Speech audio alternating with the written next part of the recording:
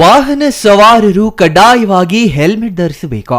ಕಾನೂನು ಉಲ್ಲಂಘನೆಯಾಗದಂತೆ ಕಡ್ಡಾಯವಾಗಿ ಕಾನೂನು ನಿಯಮ ಪಾಲಿಸಬೇಕು.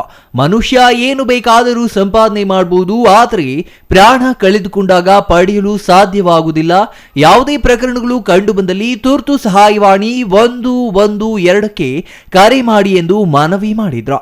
ನಂಜನಗೂಡಿನ ವಿವಿಧ ಶಾಲಾ ಕಾಲೇಜುಗಳ ವಿದ್ಯಾರ್ಥಿಗಳಿಂದ ಪಟ್ಟಣದ ಪ್ರಮುಖ ರಸ್ತೆಗಳಲ್ಲಿ ಜಾಗೃತಿ ಜಾಥಾವನ್ನ ನಡೆಸಿ ಸಾರ್ವಜನಿಕರಿಗೆ ಅರಿವು ಮೂಡಿಸಲಾಯಿತು.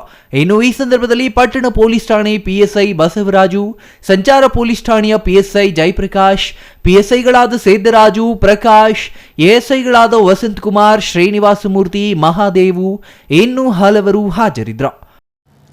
ಮೈಸೂರು ಜಿಲ್ಲಾ ಪೊಲೀಸ್ ಮತ್ತು ನಂಜನಗೂಡು ಸಂಚಾರ ಪೊಲೀಸ್ ಠಾಣೆ ವತಿಯಿಂದ 35ನೇ ರಾಷ್ಟ್ರೀಯ ರಸ್ತೆ ಸುರಕ್ಷಾ ಸಪ್ತಾಹವನ್ನು ಆಚರಿಸುತ್ತಿದ್ದು, ಈ ಹಿನ್ನೆಲೆಯಲ್ಲಿ ಸಾರ್ವಜನಿಕರಲ್ಲಿ ಈ ಮೂಲಕ ಮನವಿ ಮಾಡಿಕೊಳ್ಳುವುದೇನೆಂದರೆ, ರಸ್ತೆ ಸುರಕ್ಷತಾ ಕ್ರಮಗಳನ್ನು ತಾವೆಲ್ಲರೂ ಪಾಲಿಸಬೇಕು. ಕಡ್ಡಾಯವಾಗಿ ಹೆಲ್ಮೆಟ್ಟನ್ನು ಧರಿಸಬೇಕು. ಸಿಗ್ನಲ್ ಚಿಹ್ನೆಗಳ ಅದನ್ನು ಕಡ್ಡಾಯವಾಗಿ ಪಾಲಿಸಬೇಕು.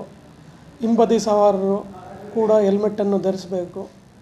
ಅಲ್ಲದೆ ವಾಹನಗಳಿಗೆ ಕಡ್ಡಾಯವಾಗಿ ಫಿಟ್ನೆಸ್ ಸರ್ಟಿಫಿಕೇಟು, ಇನ್ಸೂರೆನ್ಸು ಮತ್ತು ಇನ್ನಿತರ ಅಗತ್ಯ ದಾಖಲಾತಿಗಳೊಂದಿಗೆ ತಾವು ವಾಹನದೊಂದಿಗೆ ಸಂಚರಿಸಬೇಕು.